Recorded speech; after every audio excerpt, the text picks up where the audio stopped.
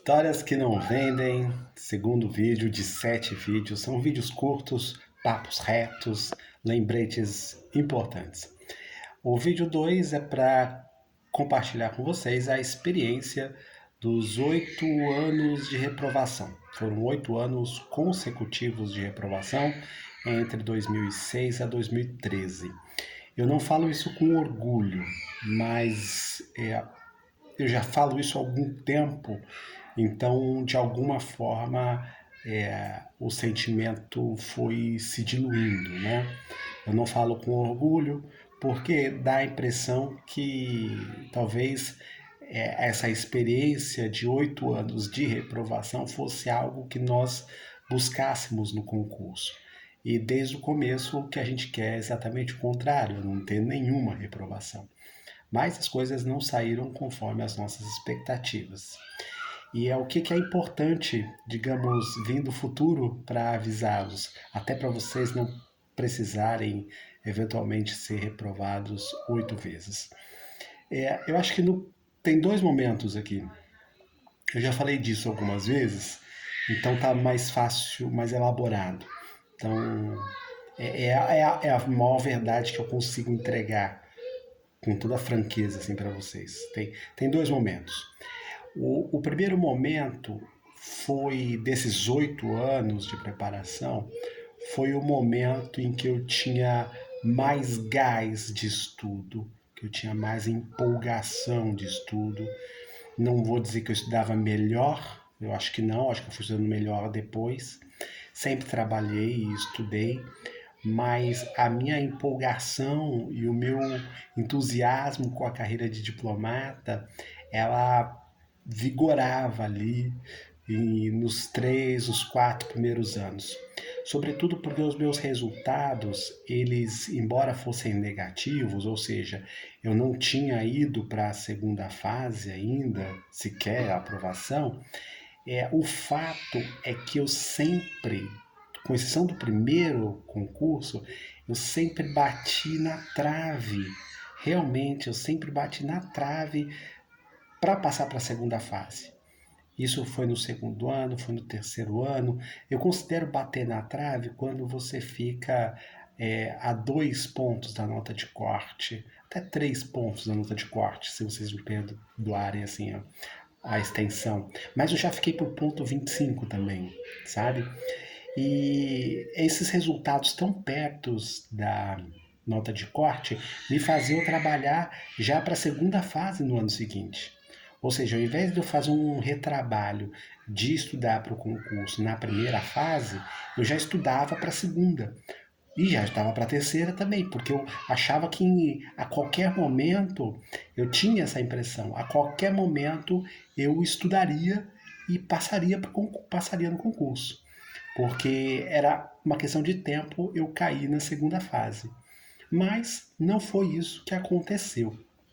E não sendo isso, eu acabei gastando muitos recursos. Só um segundo.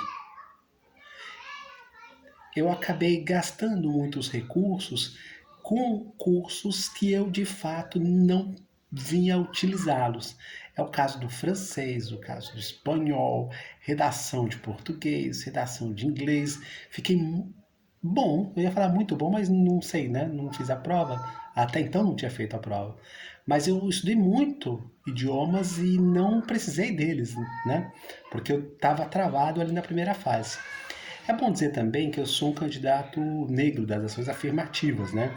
Eu era bolsista do programa de ação afirmativa, fui bolsista por 3 vezes do programa de vocação. Mas era uma época, por outro lado, que não havia a reserva de vagas, ou seja, não estava concorrendo aos 20% das vagas, né? Na época que não havia a reserva de vagas, você recebia a bolsa e investia como você achava que deveria, né? Conversava com o outro mais candidato mais experimentado, com outro diplomata, e você ia um pouco, eu pelo menos aconteceu isso comigo, né? Eu ia um pouco no barulho dos cursinhos, né? Eu sabia que ao receber o recurso eu deveria deixar um carro popular num cursinho específico. Eu fui nesse barulho, sabe? E esse dinheiro me fez falta depois. É bom dizer que eu sempre trabalhei, estudei, eu já era servidor público. O meu dinheiro, digamos, o meu salário como servidor público também era uma boa parcela dedicado a esses investimentos, de modo que eu não dependia apenas da bolsa e sempre faltou, né? Quem acha que é barato, não é barato, mas faltou porque eu investi mal também, né? Eu investi sem a estratégia que eu hoje recomendo para vocês. E qual é a estratégia? Bem, para evitar esse primeiro momento, lembra que eu falei de dois momentos da minha preparação, né? Esse primeiro momento de mais entusiasmo. Para evitar esse momento, ser um momento que você, digamos, não tem os resultados que você espera, é importante você estabelecer uma meta mais modesta do que, por exemplo, as metas que eu estabeleci.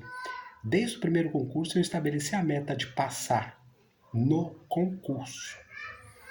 Isso foi um problema, porque isso só gerou ansiedade. E numa prova do CESP, meu amigo, minha amiga, se gera ansiedade naquela prova que uma certa anula, uma errada é furada. Você vai para a boca do balão mesmo, você vai estar fora.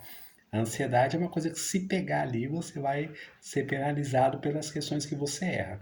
Isso de fato aconteceu comigo. Eu tenho clareza de que a ansiedade foi um obstáculo para minha preparação. E aí eu já consigo entrar no segundo momento da preparação. O segundo momento da preparação aconteceu quando teve um turning point na minha vida, uma virada. Eu conheci a meditação e conheci o budismo. E eu não sei qual a relação que vocês têm com aspectos religiosos, com a fé de vocês, se você, no que vocês se apegam, mas eu tive essa virada, né? Então eu já tive uma relação um pouco mais desapegada do concurso, ali já da metade para frente, entende? E claro, né? Foi crescendo a necessidade de eu ajudar outros candidatos. Um pouco influência da prática do budismo mesmo, da compaixão, sabe? Porque eu via candidatos começando como eu comecei e vi que não estava, que eu não poderia me furtar a ajudá-los. Ajudei muitos candidatos já em, eu parei em 2013, em 2014 eu já estava ajudando candidato também, aprovados, sabe? E eu fiquei muito feliz. Mas eu mesmo já não estava estudando com o mesmo empenho, né? Em 2015 eu decido realmente não estudar mais para o concurso. Eu, até por conta do budismo, até por conta da meditação, eu estava encontrando o meu propósito de vida em outros lugares, sabe? Outros lugares estavam me fazendo mais felizes. Mas claro, eu também tive por conta também, eu acho que da meditação, a meditação ela não cura seus problemas de saúde mental, né? Ela não cura a ansiedade, por exemplo, não cura. O que cura a ansiedade é o remedinho lá e tal, atividade física, aquela receita toda. Então, quando você começa a ver mais claramente, por conta da meditação, quais são seus desafios da ordem de saúde mental, esses desafios também aumentam, né? E clarificam. Então, 2015 foi um ano muito especial para mim. Eu tive picos de ansiedade, mas também tive picos de depressão. Então, eu estava abrindo mão da carreira de diplomata, né? Que era uma coisa que eu já queria há muito tempo. Já tinha tentado 8 vezes. A minha paisagem, digamos, estava se reconfigurando, compreende? Foi muito desafiador, muito desafiador. 2015 isso. Até é difícil falar. Foi bem difícil, bem pesado. E aí eu é, fui participando da atividade política do Brasil, a política doméstica, né? Já tinha uma história com o movimento estudantil, então foi meio que um reencontro, mas também não tive grandes apegos, né? Era mais porque a agenda de direitos humanos era uma agenda importante para mim, então era uma agenda, por ser uma agenda muito cara de direitos humanos, eu fui atuando. E num belo dia, em 2017, eu pensei cá com os meus botões, né? Não perco nada a fazer inscrição no CACD. 2017, não perco nada. E aí eu fui lá e fiz a inscrição. E como já tinha cota, né? Assim, era um outro cenário. Mas eu fui assim, vou lá ver qual é. Desapegado, ansiedade zero, né? Porque não tinha nem expectativa de que eu fosse passar. A expectativa minha não era menos que zero. Vou lá meio que me divertir, vou lá preencher um formulário para ver como é que eu tô. Bem, fui lá e preenchi o formulário, né? Como a gente gosta de brincar, que é a prova de primeira fase. Fui para a segunda fase. Aí meus colegas ficaram muito felizes, meus amigos ficaram muito felizes. Eu já me enrolei todo, me apaixonei de novo. Sim, foi um grande amor, inclusive. Uma mulher muito interessante, de alma mesmo, sabe? E aí fui fazer a segunda fase do concurso. Sim, né? Meio que com a preparação lá de 2014, 2013. É muito interessante lembrar disso agora. O fato é que eu passei na segunda fase. Passei na segunda fase. Graças, claro, né? Professora Adriana Campite. Ela não me deu aula em 2017, não. Graças aos ensinamentos de Adriana Campite lá nos idos de 2011, 2010. E também, no caso do inglês, graças ao querido e finado hoje, né, Paulo Cole, que eu fiz que é um professor sócio da Sarian Walker, e também com o professor Chow da Central English. Foram dois professores que eu tive de inglês, que são referências e eu tenho o maior respeito. O Chow ainda dá aula, não sei se dá aula para o Rio Branco, mas ele foi professor do Rio Branco. Chow da Central English, você pode procurar aí na internet. E o Paulo Cole, que faleceu, mas, enfim, a Sarah Walker tá lá ainda. Eu não sei se ela tá dando aula, mas o curso ainda existe em Brasília.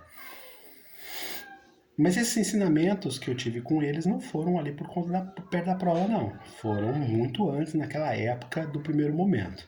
Esse momento pós-meditação, esse momento pós-budismo, foi mesmo que experimentando. Mas não é que eu passei na segunda fase. Ah, muito louco. E aí eu não estava estudando e tive que encarar a terceira fase. E foi a terceira fase também. Muito interessante, né? Muito interessante. Cheguei na prova de terceira fase a fazer nota máxima em duas questões.